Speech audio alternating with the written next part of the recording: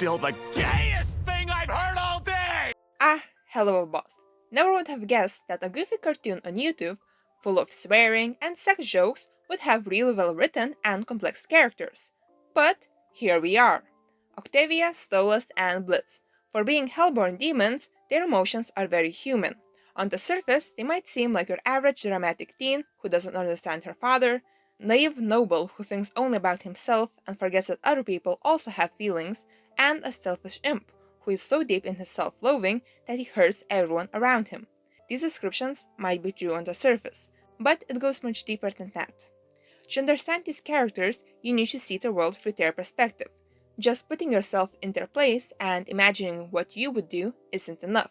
You have to understand their emotional state. When it comes to humans, emotions often overpower logic, and these characters are no different. Let's look at Stolas first. When I started watching Helluva Boss, I knew what kind of show I was getting into, and didn't expect any intricate characters. And Stolas looked like he was going to follow a very simple trope. Introduce an extremely horny character in the first episode, and then, when you have the audience's attention, suddenly make them a romantic who cares about emotional attachment way more than sexual. The problem with this trope is the sudden shift in the character. When you look back, usually there is no reason for them to go from this to this, other than the plot demanding it. Stolas is probably the only character that I can think of that does have a very good reason and the shift is logical. We're gonna look at the events purely from Stolas' perspective. There will be no should have, could have, no judgment, just understanding the character and his motivations. Stolas' childhood wasn't great. To put it simply, he didn't have one.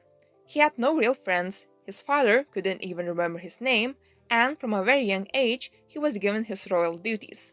No one cared about what he wanted. So, having nothing, Stolas turned to books. Stolas loves romance books, he likes telenovelas, he likes rom-coms. He even writes romance novels himself. In the real world, he was stuck in an abusive relationship, and books and stories were his way to escape that. Let's make one thing clear. Stolas isn't dumb. He isn't completely naive either. He does notice and understand things. But at the same time, he is obsessed with romantic stories. So it's natural that when Blitz, his first friend and crush, tried to break into his room, his first reaction would be to imagine it as a plot of one of his romance books. Pair this with the fact that the game he played with Child Blitz was play pretend, and also the fact that Stolas was drunk at that moment, and it becomes very natural for him to act this way and play pretend with Blitz again. But like I said, Stolas isn't stupid. He knows that this scenario isn't real. So after role-playing for a bit, he drops the act. Look how he is sitting. Look at his smile. He is just happy to see his friend again and tries to have a conversation with him. He definitely didn't think this would turn out romantic. And then Blitz makes his move on Stolas, and Stolas is visibly uncomfortable. Imagine if your book boyfriend or celebrity crush or whatever suddenly came into your room and tried to seduce you. On one hand, it would be a dream come true. On the other hand, what the hell? And that is what Stolas is feeling at that moment. All of a sudden, his fantasies are coming true. But at the same time, a dude who he last met over 20 years ago is hitting on him out of the blue. It's a very weird, uncomfortable situation. I am very curious what Stolas would have said to Blitz if he was able to finish the sentence after Blitz asks, "What do you want me to do to you?" But Blitz bites him with his 10 teeth, and Stolas goes full Delulu. Common sense gets thrown out the window and he is fully in his fantasy world. For anyone else, this complete change would be weird, but not for Stolas. His fantasy world in which he used to escape has finally become a reality. His knight in shining armor has come to whisk him away. Can you imagine suffering your entire life and suddenly your fantasy is becoming reality? It is obvious from later scenes that Stolas values emotional attachment more than sexual. But he definitely isn't an ace in the hole. From his perspective, Blitz is the one who wanted this kind of relationship. So Stolas went along with this scenario, this plotline from a spicy novel. And it was fun for him. For the first time in his life, someone loved him. When people really want to believe something, they tend to ignore the facts proving otherwise. Usually, it is done subconsciously. The brain just blocks things out, doesn't even try to think in that direction. Stolas subconsciously ignores all of the very obvious clues, because if he didn't, then he would see the reality that no one actually loves him and that he is still stuck in his shit life. And on top of all that, the realization that he forced this on his friend would also hit him. So, as he himself later puts it, he created a comfortable lie. But even in this lie, this wasn't the relationship that Stolas actually wanted. He is a hopeless romantic after all. And then Blitz asks him on a date. This is the first time Blitz made a first move since that first encounter. Even though Stolas tried to block the truth, he still had to realize that not everything was right with his relationship with Blitz. So this gave him hope. Throughout the entire evening, Stolas doesn't make a single sexual comment. This is him trying to finally get the relationship he actually desires. He is a nervous mess, because for the first time, he is trying to step out of the role that was established that day. And it does not go well. Blitz ignores him, and Ozzy makes fun of them in front of everyone, hitting where it hurts. Stolas tries again when Blitz drives him back home, and Blitz makes it perfectly clear that their relationship is just that, just a deal. And reality hits Stolas. There is nowhere left to hide after that night. After that night, he immediately investigates the Asmodean crystal and stops forcing Blitz to come over every month. But he always writes that Blitz can come if he wants, that Stolas would like to see Blitz, that maybe they could just talk. He no longer makes calls that need to be censored. He no longer forces Blitz to do anything. But he hasn't given up hope. He still clings to the idea that maybe Blitz loves him, that maybe when he gets the deal and the book out of the way, Blitz will be free to show his true feelings. Another blow comes when Blitz doesn't save him and doesn't even come to visit him in the hospital. Stolas is smart enough to put two and two together, but still he believes, because the alternative is, well, bad. And then we get Full Moon. Stolas very clearly explains his feelings and what he actually wants from this relationship. I do believe that Stolas was prepared to be alright if Blitz said that he doesn't love him, that he did all this just for the book and doesn't have any feelings for Stolas. But what happens is probably the worst thing that could have happened to Stolas. Stolas realizes that Blitz has a very warped image of him, that the man he loves thinks so lowly of him. That's where the fantasy finally and truly disappears. The next time Stolas sees Blitz, he is honest and grounded in reality. There is no more pretending. He finally allows himself to see things for what they really are. He expresses his anger that Blitz couldn't be bothered to save him and to even visit him in the hospital. He expresses his disappointment that Blitz doesn't appreciate Stolas' efforts to show him affection and support. Stolas broke the law by giving Blitz the book. He continued to allow Blitz to use the book even after not getting anything out of the deal. He didn't hide his relationship with Blitz, and he was publicly humiliated for it. That had to hurt, but he still tried to show Blitz that he was fine with that. Just read this text message. And now, Stolas is hurt. Not because Blitz doesn't reciprocate his feelings. By giving him the Asmodean crystal, he gave Blitz that choice. No, he is hurt that Blitz never understood his feelings. That he didn't even entertain the idea that Stolas might be honest and have genuine feelings for him. Stolas understands that he messed up at the beginning, that he let his fantasies cloud his vision. But he is trying to be honest now. He opens up and makes his feelings and what he wants from this relationship very clear. And the response he gets hurts. It hurts that the image Blitz has of Stolas is so bad that he doesn't believe that Stolas' feelings might be genuine. Stolas isn't stupid. He understands that if Blitz had no feelings, he wouldn't have come that morning. He even cons that. And yet, Blitz still acts this way. The fact that Blitz doesn't appreciate Stolas' efforts also ties into his relationship with Stella. With Stella, there was no love there, but Stolas still tried to make the relationship comfortable. But Stella spat on his efforts. And now, the same is happening with Blitz. But this is everything from Stolas' perspective. Now, let's look at things from Blitz's perspective. I won't cover Blitz's entire character in this video. In short, Blitz absolutely hates himself and thinks that no one can genuinely like or love him. He does care for others though. For example, he very often puts himself in front of others to protect them. However, every time someone gets close to him, he pushes them away. It's a mixture of not believing that they actually care and not wanting to hurt them. Since the last time he cared for someone and let them get close, everything went up in flames. It's a vicious cycle of him wanting affection but pushing people away because of his self-hatred, only to hurt them and then hate himself even more. So, how does his relationship with Stolas go? Again, this is purely from his perspective.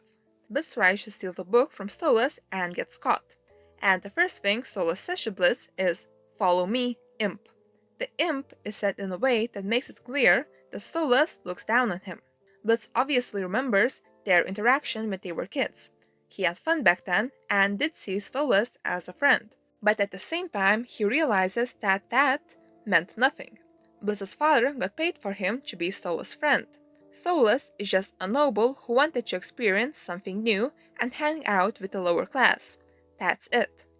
And now, instead of a friend, Stolas wants someone from the lower class to him. Fine, Blitz can play along if it means getting the book. In this moment, he could have walked away with the book, but he doesn't. Because he does feel bad, and even though he doesn't admit it to himself, he does have some feelings for Stolas. And Blitz gets roped into the deal. He desperately needs the book. He is an imp, the lowest class in hell, trying to make his own business. If he loses the book, he loses everything. Luckily, Blitz is also definitely not an ace in the hole, and he isn't above selling his body, so it does work out for him. But during the arrangement, Blitz does fall in love with Stolas. Just look at that picture. In every picture Stolas has of Blitz, he looks unhappy, but here it is different. But Blitz doesn't even entertain that idea. He is an imp and Stolas is a prince. Why would Stolas ever love him? He just wants Blitz so he can live out some sick fantasy. That's it. And every call he gets from Stolas, every interaction, just confirms it. And then the thing at Ozzy's happens. And I want you to pay close attention to Blitz's expression here. He is looking to see how Stolas would react after Ozzy's comments. And Stolas hides, only confirming that he doesn't care about Blitz, and will abandon him if things get messy. And the realization that he once again is hurting the ones he cares about also hits. Blitz leaves Ozzy's once again reaffirmed that no one will ever love him, and that he will never have a relationship like Moxie and Millie. And to make matters worse, Stolas wants to sleep with him again. And not only that, he now wants to roleplay a loving relationship. Blitz is too emotionally unstable to play along, so he apologizes and leaves. And this scene is very important. Blitz looks at pictures where he is happy with his friends, thinking that maybe, just maybe, he can have this. And then he sees a picture of his mother and realizes that no, he can't have it. He will hurt everyone he loves, and they will leave. Blitz does feel very bad for not going to save Stolas. He never imagined that Stolas could get hurt, so he prioritized other things. Blitz sends the "Get better spoon" text and gets a reply. Stolas asks Blitz to visit him. And Blitz does not want that. He doesn't want to see Stolas all bandaged up, because he feels like he caused it. And seeing Stolas like that would be a constant reminder of what he did. And seeing Stolas would mean playing his role again, and he definitely does not want that. And then full moon happens, and at first Blitz is panicking because he is losing the book, the one thing that is keeping his business afloat. He is ready to do anything to keep it. And then he gets the Asmodean crystal. He should be happy. He is free from his deal. He can do whatever he wants.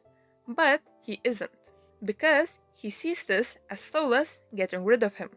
Stolas finally got bored of him and now he is leaving. Just look at Blitz's tail and expression when he says that he can do better. This is not him trying to keep the book. He no longer needs to worry about that. This is him trying to convince Stolas not to leave him. And then, after Stolas explains everything, his brain goes where it always goes. No one could genuinely love him, especially not a prince. So he plays it off. But even this is him trying to appeal to Stolas. He has the crystal. He has no reason to stay. But he still tries to do what he thinks Stolas wants. Imagine someone who always calls you saying stuff so vulgar that half of it needs to be censored, suddenly complaining that you are the one who always thinks just about sex, and starts talking about feelings. Blitz might have yelled and used a lot of swear words, but him saying, "Can I get a minute to think?" is very valid. Everything that he thought he knew is shattering around him. His defense mechanisms are kicking up, and he turns to anger. Again, it comes out with yelling and swearing, but he is expressing his feelings that he has never before let surface. If those feelings hadn't exploded like that, it would have sounded a lot different. But some people can only voice their emotions like this, emotions that were stuffed down for so long that they can only explode. And then Blitz does realize that he hurt Stolas, and tries to apologize, and maybe try to talk things out, but he is thrown out. At this point, Blitz could have just walked away and never have to see Stolas again, but he comes back. And during this conversation, we see various emotions in Blitz. He is constantly shifting between showing his true feelings and putting up a facade. Things are complicated, and Blitz is bad with complicated emotions. So he tries to bring everything back to the point where it wasn't complicated. Blitz is saying the truth when he says that Stolas usually likes it when he talks dirty to him. This used to work, but not anymore. And once again, anger takes over. It's easier to get angry than to face your feelings. Blitz is fully aware what his problem is, but being aware and being able to do something about it isn't the same. And Stolas' song at the party is what finally breaks Blitz. He finally faces his emotions and the reality of the situation. The reality that he could have had what he always wanted, but he is the one who messed it up. And finally, Blitz is completely honest and communicates his feelings in a normal way. That he never thought that someone like Stolas could care for him, and that he thinks Stolas would be better without him. That Stolas deserves better. After Mastermind, we see that Blitz, the one without defense mechanisms, the one who is open with his emotions. Both Blitz and Stolas aren't perfect. They're messed up in their own unique ways, and for being fictional characters, they act very human, flawed. It is obvious that letting your emotions out in an outburst like that is wrong, but sometimes it is the only way people can do it. It is obvious that living in a fantasy world and ignoring what is actually happening is wrong. But when faced with the harsh reality, sometimes this is the only escape. With characters like these, people often think that one of them has to be in the right. Even if they agree that both of them are flawed, people still try to decide which one is more in the wrong. It feels like you have to be on one side or the other. But you don't. You can simply look at the situation, understand it, and not take sides. Because there is no right or wrong side here. Who you think is worse or better depends on your own personal experiences and emotions. It is healthy to just stop and look at both sides from their perspective, and to appreciate the writing of these characters. Because writing characters who feel like real, flawed human beings is hard. And speaking of, there is one more character I would like to talk about, Octavia. I'm not going to talk in depth about this relationship from Stolas' perspective. In short, Stolas tried his best to be a good dad. He had no role model. His dad never cared about him. But Stolas tried to be better. This should be pretty obvious. But Octavia is a little bit more interesting. It might look like she is just a teenager who doesn't understand her dad, but just like Stolas and Blitz, her character is deeper than that. Her life went downhill when Blitz appeared. Look how peacefully she is sleeping here. Now compare that with how she looks after Blitz. We know that Stolas tried his best to make sure Octavia grew up happy, and he most likely succeeded. So, this is most likely the first time when Stolas and Stella's relationship reached this level in front of Octavia. Stolas then ignores Octavia's wishes and drags her to Lululand. Just going to Lululand isn't bad. It might have been fun. It might have helped regain the connection they had. But Stolas invited Blitz. And the trip no longer was about Octavia. It was about Blitz. Stolas didn't need a bodyguard. He is powerful enough to protect them. Can you imagine? Your dad drags you to a theme park you didn't want to go to, and then he brings along the homewrecker to flirt with the entire time. Even though I called Blitz a homewrecker, I really like that Octavia never blames Blitz directly. The few times they do talk to each other, she always talks to him normally. After Stolas invited Blitz, it's obvious why Octavia is even more sad and angry. And then Stolas comforts her, promises that he would never run away with Blitz, and Octavia believes him. Even with everything that is going on, she hears Stolas out, understands the situation, and chooses to believe him. And because of this, she gets hurt. In Octavia's eyes, Stolas prioritizes fighting with Stella over her. Stolas is Octavia's dad. Their relationship is that of a child and parent, and that relationship is very different than the one between friends. Children often think that every decision their parents make is somehow connected to them. So in this scene, Octavia didn't think that Stolas was under a lot of stress and just forgot. She thought that either Stolas remembered but didn't care enough to go, or that he forgot because it meant so little to him. Both options have one thing in common. Stolas doesn't care. At the end of the episode, she once again listens to Stolas, understands the situation, and chooses to believe him. And she gets hurt again. During their conversation in Cincinnus, she refuses to hear Stolas out, not because she thinks that Stolas is a terrible person and that his explanation won't make sense. Octavia knows that if she hears Stolas out, she will once again understand the situation and forgive him, and eventually she will get hurt again. During her song, we see how Stolas treats her. Even when Octavia is mad, she doesn't see him as a bad person. Stolas does look back at her and try to help her, but he only does that after Octavia falls.